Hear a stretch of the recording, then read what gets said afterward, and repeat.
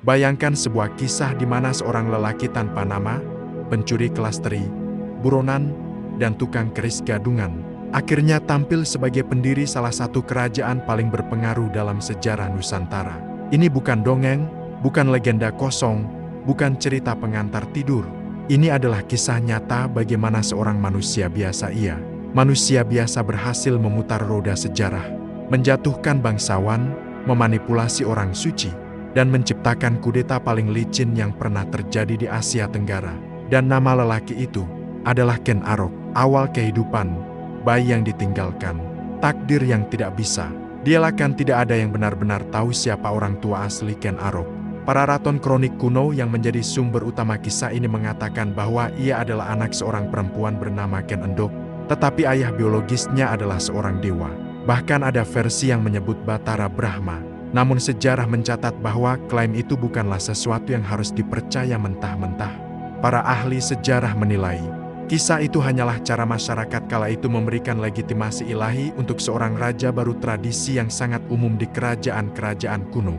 Tetapi yang kita tahu adalah, Ken Arok lahir tanpa status, tanpa keturunan bangsawan, dan tanpa masa depan yang jelas.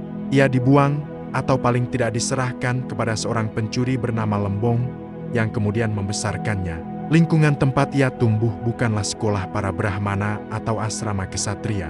Ia tumbuh di antara orang-orang yang hidup dalam kegelapan, pencuri, perampok, petualang gelap. Di masa mudanya, Ken Arok dikenal sebagai pemuda yang tampan, cerdas, tetapi penuh masalah.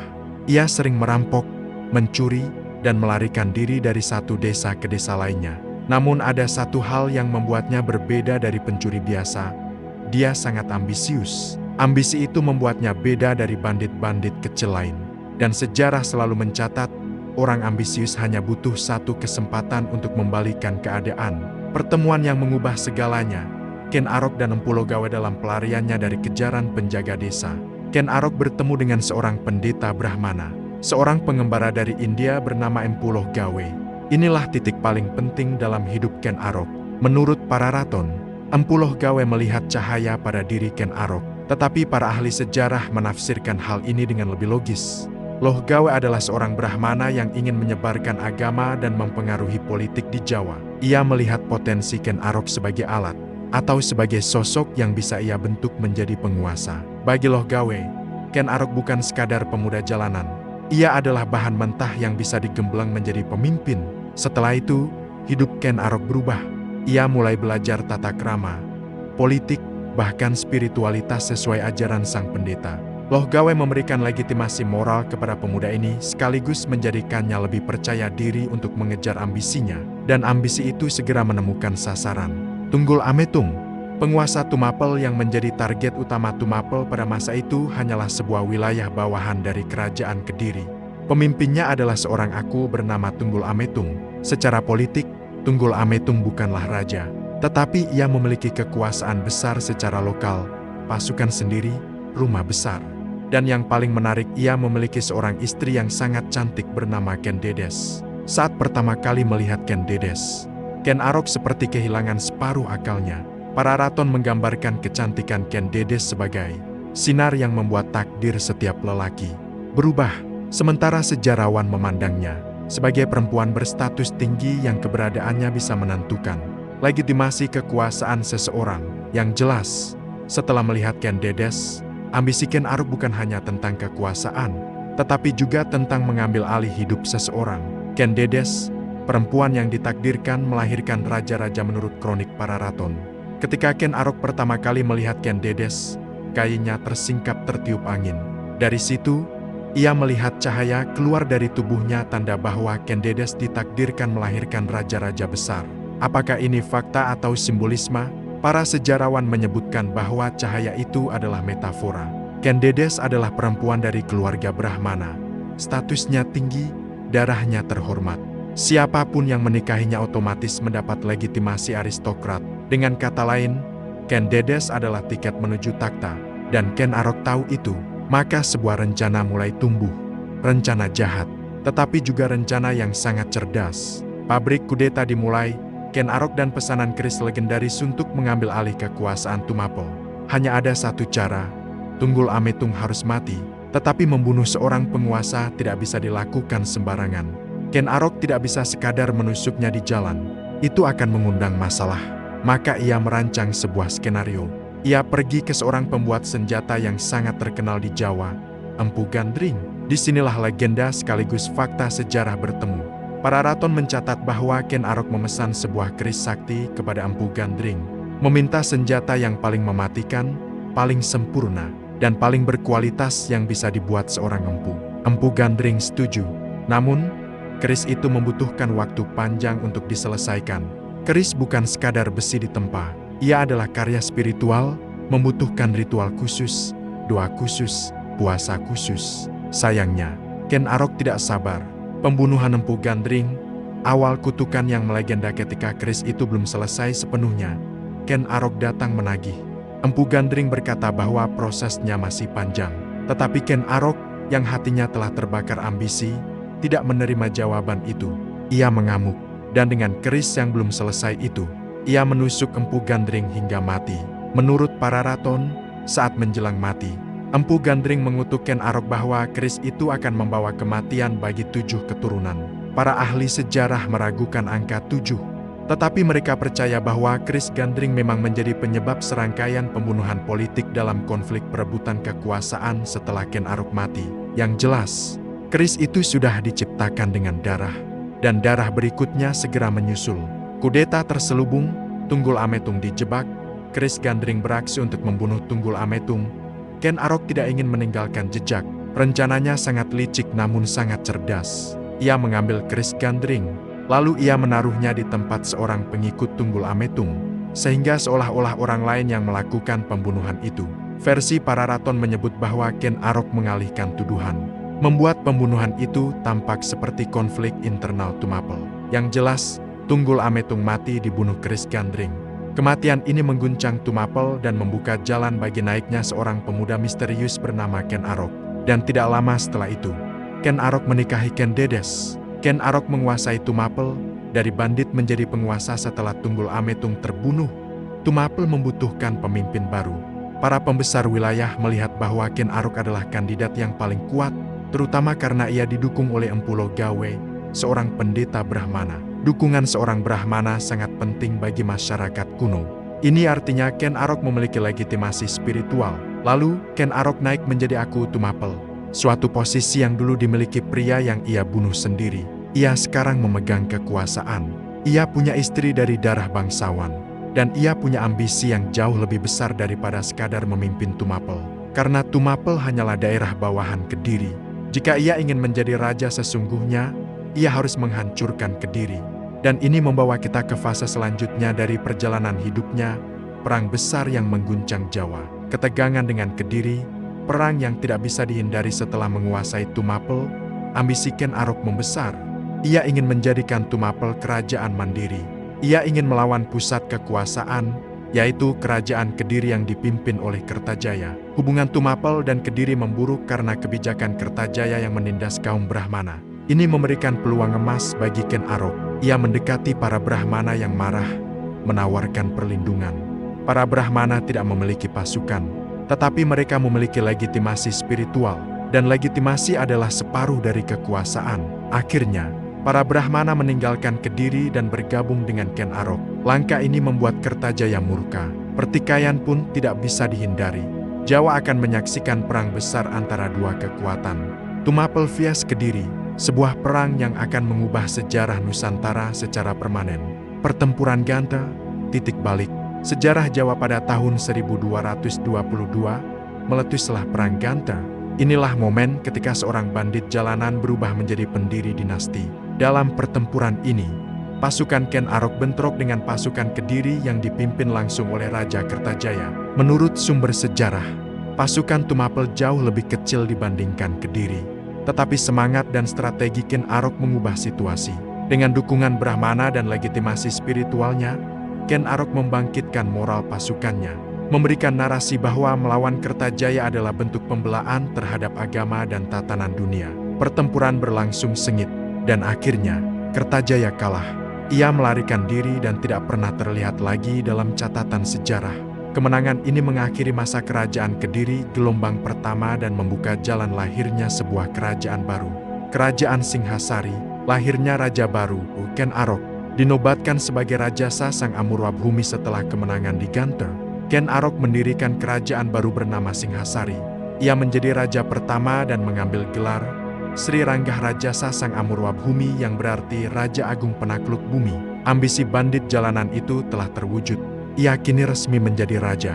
Kerajaan baru itu akan menjadi fondasi dari kerajaan besar selanjutnya, Majapahit. Namun, perjalanan hidupnya belum selesai, karena kutukan Empu Gandring masih menunggu. Dinasti baru, masalah baru, bayang-bayang kutukan Gandring setelah Ken Arok menjadi Raja Singhasari. Ia mengira semua ambisinya telah terpenuhi. Ia telah merebut kekuasaan, memenangi perang besar, menikahi Ken Dedes, dan mendapat legitimasi dari para Brahmana. Namun ada satu hal yang tidak pernah bisa ia enyahkan dari pikirannya, kutukan Empu Gandring. Walau mungkin secara rasional ia berusaha mengabaikannya. Desas-desus tentang kutukan itu terus beredar di kalangan rakyat, para pejabat istana, bahkan para prajurit. Mereka percaya bahwa keris yang digunakan untuk membunuh Tunggul Ametung dan Gandring akan membawa bencana pada keturunan Ken Arok. Ada satu alasan kuat kenapa rumor ini begitu dipercaya. Keris Gandring dipercaya belum selesai ditempa, sehingga roh sang empu masih melekat di dalamnya. Beberapa tabib dan pendeta kuno bahkan mengatakan bahwa benda yang diciptakan dengan darah akan meminta darah tandingan. Dan ketika keris itu sudah membunuh 2 orang, ia dianggap belum selesai memenuhi takdir.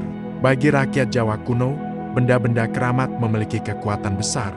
Dan kendali terhadap kekuatan ini bisa menentukan hidup dan mati seorang penguasa. Untuk pertama kalinya dalam hidupnya, Ken Arok takut, bukan pada manusia, bukan pada pasukan, bukan pada musuh politik tetapi pada legenda yang perlahan menjadi kenyataan. Kehidupan istana Singhasari, antara kemewahan dan ketakutan Singhasari perlahan tumbuh menjadi kerajaan yang dihormati. Ken Arok membangun istana, memperluas kekuasaan, dan memperbaiki sistem pemerintahan. Ia menempatkan orang-orang kepercayaannya pada posisi penting, termasuk para prajurit dan pejabat yang dulu membantunya saat di Tumapel. Namun kemewahan istana tidak serta-merta membuat hidupnya tenang. Justru istana adalah tempat paling berbahaya bagi seorang penguasa. Mengapa? Karena di sanalah pengkhianatan tumbuh paling subur. Kekuatan melahirkan iri, iri melahirkan ambisi, dan ambisi melahirkan darah. Ken Arok memiliki banyak istri dan banyak anak. Namun, anak yang paling berpotensi menjadi pewaris sah adalah anak Ken Dedes dari pernikahan sebelumnya, Anusapati, putra dari Tunggul Ametung. Ini adalah masalah besar, karena bagi istana dan rakyat Tumapel, Anusapati memiliki darah bangsawan yang lebih murni daripada anak-anak Ken Arok lainnya. Ia adalah keturunan Ken Dedes dan juga keturunan penguasa Tumapel yang sah. Dan ketika darah bangsawan bercampur dengan dendam, sejarah selalu berubah. Anusapati, anak yang menyimpan bara dendam sejak lahir sejak kecil. Anusapati dibesarkan sebagai anak istana, namun ia tahu bahwa sesuatu dalam hidupnya tidak wajar. Orang-orang berbisik, para pembantu selalu tampak ketakutan. Dan ibunya Ken Dedes menyimpan rahasia gelap tentang kematian ayah kandungnya. Menurut para raton, suatu hari Ken Dedes mengatakan kebenaran bahwa ayah kandung Anusapati, Tunggul Ametung, dibunuh oleh Ken Arok menggunakan keris Gandring. Informasi ini membuat kepala Anusapati dipenuhi api. Bayangkan seorang remaja yang hidup di istana megah, namun mengetahui bahwa seluruh kemewahan yang ia nikmati berasal dari pembunuhan ayahnya sendiri. Pada titik itu, Anusapati hanya memiliki satu tujuan, membalas dendam. Dendam seorang putra pada pembunuh ayahnya selalu menjadi salah satu motif paling kuat dalam sejarah. Dan di tangan Anusapati, dendam itu berubah menjadi obsesi. Intrik istana, Anusapati mencari keris Gandring. Dendam saja tidak cukup untuk membunuh seorang raja seperti Ken Arok. Ia memerlukan rencana, kesempatan, dan terutama alat. Dan alat itu sudah ada, keris Gandring. Senjata yang digunakan untuk membunuh ayahnya. Menurut versi para raton, Anusapati mengetahui keberadaan keris itu dari seorang abdi istana yang dulu pernah bekerja untuk Tunggul Ametung. Ia memberitahu Anusapati bahwa keris tersebut disimpan dengan sangat rahasia oleh seseorang yang dekat dengan Ken Arok. Pengetahuan ini adalah kunci, karena Anusapati percaya bahwa membunuh Ken Arok dengan senjata yang sama akan memenuhi kutukan Gandring dan membalas ayahnya secara sempurna. Dalam budaya Jawa kuno, membunuh seseorang dengan cara yang sama seperti korban sebelumnya dianggap sebagai kesetaraan karmis, seolah-olah Allah membalas dengan menyeimbangkan tindakan yang dilakukan. Anusapati mulai mencari cara mendekati keris tersebut. Ia menyuap seorang prajurit istana, menyelinap ke gudang senjata, dan diam-diam mengambil keris Gandring ketika tidak ada siapapun di sekitar. Saat tangannya memegang keris itu, ia merasakan sesuatu yang membuat tubuhnya gemetar, bukan kekuatan mistis, tetapi beban sejarah, darah, dan balas dendam. Ia tahu bahwa saatnya telah tiba. Pembunuhan sang raja. Malam ketika istana Singhasari berlumuran darah, ada banyak versi tentang bagaimana Anusapati membunuh Ken Arok. Tetapi para raton menggambarkan sebuah adegan suatu malam. Ketika suasana istana tenang dan para tamu sedang makan bersama, Anusapati mendekati Ken Arok dari belakang. Sang raja sedang menikmati hidangan, tidak menyangka bahwa anak yang ia besarkan, anak yang seharusnya ia lindungi, akan menikamnya. Dan ketika momentumnya pas, Anusapati menghunus keris Gandring dan menusuk Ken Arok tepat di punggungnya. Ken Arok jatuh, darah mengalir, dan keris Gandring mencatat korban ketiganya. Teriakan memenuhi ruangan. Para prajurit panik, para pelayan berlarian. Tetapi semuanya sudah terlambat. Pendiri kerajaan Singhasari, lelaki yang memulai hidup sebagai pencuri dan berakhir sebagai raja, mati oleh tangan putra tirinya sendiri, menggenapi sebagian dari kutukan Gandring. Kematian sang pendiri, Jawa bergejolak. Kematian Ken Arok menggemparkan Singhasari. Tidak ada yang menduga pembunuhan itu dilakukan oleh Anusapati. Sebab secara umum, ia adalah anak istana yang selama ini tampak tenang dan tidak ambisius. Namun, motif dendam sangat kuat. Beberapa pejabat istana segera curiga, tetapi Anusapati bergerak lebih cepat. Ia langsung merebut kendali istana, menyatakan bahwa ia adalah pewaris sah karena memiliki darah dari Ken Dedes dan Tunggul Ametung, penguasa Tumapel yang sah. Dengan begitu, sebagian pejabat mendukungnya. Namun sebagian lain, terutama mereka yang setia kepada Ken Arok, mulai melihat bahwa tindakannya akan membawa ketidakstabilan besar bagi Singhasari. Walau begitu, Anusapati berhasil menguasai tahta. Dan dari kursi itu, ia mencoba menjalankan kerajaan seperti biasa. Tetapi satu hal tidak bisa ia buang jauh-jauh, ketakutan bahwa sejarah akan berulang. Karena jika ia bisa membunuh ayah tirinya dengan keris Gandring, maka orang lain juga bisa melakukan hal yang sama padanya. Naiknya Anusapati, raja baru yang hidup dalam bayang-bayang dosa. Anusapati berhasil menjadi raja Singhasari. Namun pemerintahannya tidak sekuat ayah tirinya. Ia tidak memiliki dukungan politik yang solid, tidak memiliki pasukan kuat seperti yang dulu dimiliki Ken Arok, dan tidak memiliki kecerdikan dalam mengelola konflik. Ia memerintah dalam kondisi penuh kecurigaan. Ia memperketat pengawasan istana. Ia mulai membatasi keluarnya makanan dan minuman, takut diracun. Ia juga menyimpan keris Gandring, bukan sebagai simbol kekuasaan, tetapi sebagai pengingat bahwa ia bisa saja menjadi korban kutukan berikutnya. Rakyat mulai berbisik bahwa Anusapati tidak sekuat Ken Arok. Pejabat istana mulai membentuk kelompok-kelompok kecil. Konflik internal mulai tumbuh seperti jamur di musim hujan. Ini memberikan kesempatan kepada seseorang yang selama ini menunggu waktunya, seseorang yang memiliki hubungan darah langsung dengan Ken Arok, seseorang yang merasa tahta Singhasari adalah haknya. Namanya adalah Tohjaya. Tohjaya, anak Ken Arok yang mewarisi ambisi. Ayahnya Tohjaya adalah putra Ken Arok dari istri lain, bukan dari Ken Dedes. Meskipun statusnya tidak setinggi Anusapati, ia memiliki sesuatu yang jauh lebih penting, keturunan langsung dari Ken Arok dan dukungan dari beberapa kelompok prajurit setia almarhum raja. Ketika Tohjaya mengetahui bahwa ayahnya dibunuh oleh Anusapati, ia bersumpah bahwa dendam ini tidak bisa dibiarkan. Ini adalah siklus baru, siklus yang sudah diprediksi oleh kutukan Empu Gandring. Tohjaya menunggu waktu yang tepat, mempelajari pola aktivitas Anusapati, mencari kelemahan, dan mengamati bagaimana keris Gandring disimpan. Yang membuat situasi semakin panas adalah bahwa masyarakat Jawa kuno mempercayai bahwa suatu dinasti harus memiliki garis keturunan yang bersih, bahwa seorang penguasa yang naik tahta melalui pembunuhan akan membawa bala bagi seluruh kerajaan. Narasi ini memperkuat tujuan Tohjaya. Ia merasa berhak dan merasa didukung oleh takdir. Ia hanya butuh satu hal lagi, akses terhadap keris Gandring. perebutan keris gandring, siklus balas dendam yang tak terhentikan. Tohjaya mengetahui bahwa Anusapati sangat protektif terhadap keris gandring. Senjata itu disimpan di ruang khusus di dalam istana dan dijaga ketat. Namun penjagaan ketat bukan berarti mustahil ditembus. Istana adalah tempat paling mudah dibocorkan oleh orang dalam. Tohjaya menyuap salah satu penjaga, memanfaatkan rasa tidak puas para prajurit lama yang dulu setia kepada Ken Arok. Banyak dari mereka merasa bahwa Anusapati tidak pantas menjadi raja. Mereka percaya takhta adalah milik garis keturunan langsung Ken Arok. Dengan bantuan prajurit tersebut, Tohjaya berhasil mendapatkan informasi kapan keris itu dipindahkan untuk pembersihan.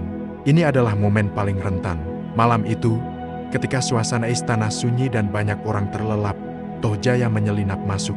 Ia mendekati ruang penyimpanan dan melihat keris gandring tergeletak di sebuah meja batu, seolah menantinya. Saat tangannya menyentuh gagang keris, ia merasakan sensasi dingin yang membuat bulu kuduknya berdiri. Namun ia tidak peduli. Yang ia pikirkan hanyalah membalas kematian ayahnya. Dan tidak lama lagi, darah berikutnya akan tercatat dalam sejarah. Pembunuhan Anusapati, kutukan yang menjemput korban keempat menurut para raton. Tohjaya membunuh Anusapati bukan di istana, tetapi dalam sebuah acara sabung ayam hobi besar raja itu. Sabung ayam adalah hiburan populer di masa itu, terutama di kalangan bangsawan. Anusapati sangat menyukai sabung ayam hingga ia sering lupa mengawasi keselamatan dirinya. Pada hari itu, Anusapati datang dengan santai, tanpa penjagaan ketat. Ia duduk, tertawa, bertaruh, menikmati arena sabung ayam tanpa rasa waspada. Inilah momen yang ditunggu Tohjaya. Ketika Anusapati sedang terpaku pada ayam yang bertarung, Tohjaya datang dari belakang. Dan dengan gerakan cepat, ia menghunus keris gandring dan menusukkannya ke tubuh Anusapati. Darah muncrat, teriakan terdengar. Kerajaan kembali berguncang. Keris gandring kembali meminta korban. Dan kali ini, siklus balas dendam semakin lengkap. Tohjaya langsung mengumumkan bahwa ia telah menuntut balas atas kematian ayahnya. Ia mengambil alih tahta Singhasari.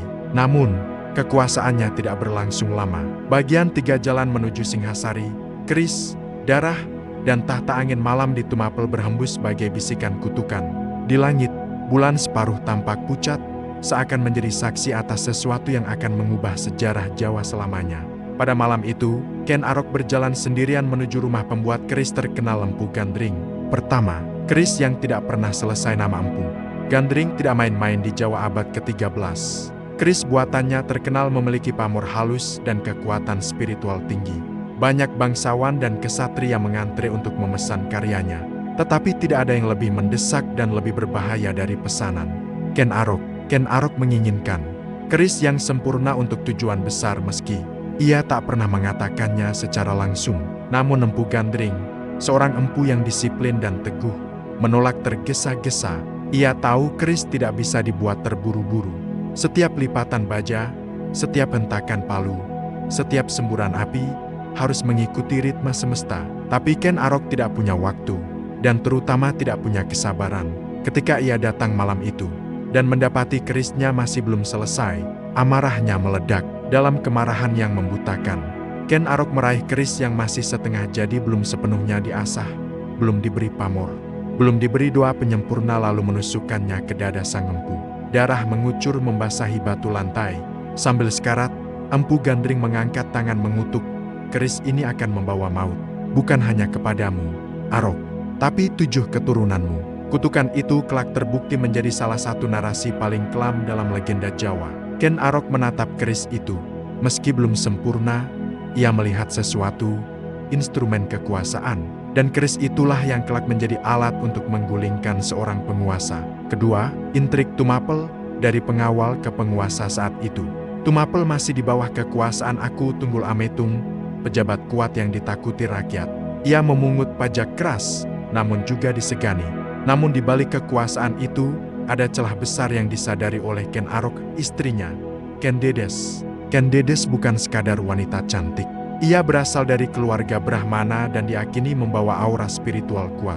Bahkan ada keyakinan bahwa siapapun yang menikahinya akan melahirkan keturunan raja. Ketika Ken Arok tanpa sengaja melihat Ken Dedes turun dari kereta dan mendapati cahaya dari tubuhnya yang dalam cerita Jawa disebut cahaya Kedaton ia tahu ini adalah pertanda bahwa tahta bisa ia rebut, dan keris Empu Gandring adalah kunci pembukanya. Ketiga, malam pembunuhan Tunggul Ametungken. Arok tahu ia tidak bisa menyerang aku secara terang-terangan. Tumapel penuh mata-mata, maka rencananya harus sempurna, membunuh tanpa tertangkap, dan lebih penting mengalihkan kecurigaan. Ia memanfaatkan Kebo Ijo, seorang prajurit besar nan kuat, yang terkenal suka pamer. Ken Arok meminjamkan keris Empu Gandring secara diam-diam kepada Kebo Ijo, meyakinkannya bahwa itu hanyalah keris baru untuk dipamerkan di alun-alun. Kebo Ijo, seperti biasanya, membanggakan keris itu di depan banyak orang. Beberapa hari kemudian, Tunggul Ametung terbunuh oleh tusukan keris yang sama. Tetapi rencana Ken Arok belum selesai. Ia memastikan keris itu ditemukan di dekat Kebo Ijo, dan seperti yang ia duga, masyarakat langsung menuduh Kebo Ijo sebagai pembunuh. Tanpa kesempatan membela diri, Kebo Ijo dihukum mati. Dengan demikian, dua musuh tersingkir dalam satu langkah. Sementara itu, Ken Arok bergerak cepat mengisi kekosongan kekuasaan Tumapel dan rakyat yang muak dengan Tunggul Ametung namun terpikat oleh keberanian Ken Arok, mulai mendukungnya. Keempat, menikahi Ken Dedes. Mengambil legitimasi setelah Tunggul Ametung tiada, Ken Arok mengambil langkah terakhir, menikahi Ken Dedes. Peristiwa ini bukan hanya pernikahan biasa. Ini adalah penyatuan kekuatan politik, spiritual, dan legitimasi darah bangsawan. Dari posisi pengawal rendahan, kini ia naik menjadi penguasa Tumapel. Disinilah titik balik terjadi. Tidak sampai beberapa tahun, kekuasaan Ken Arok semakin menguat. Ia membentuk aliansi, memperkuat pasukan, dan memperluas pengaruhnya. Dan target berikutnya adalah Kerajaan Kediri, kekuatan terbesar Jawa pada masanya. Kelima, jalan menuju perang besar Kerajaan Kediri pada masa itu dipimpin oleh Kertajaya, raja kuat namun kontroversial. Ia sering bertentangan dengan kaum Brahmana, dan kebijakan-kebijakannya membuat banyak kelompok kecewa. Para Brahmana yang terusir datang kepada Ken Arok mencari perlindungan. Ini kesempatan emas bagi Ken Arok untuk membungkus ambisinya dalam dalih moral.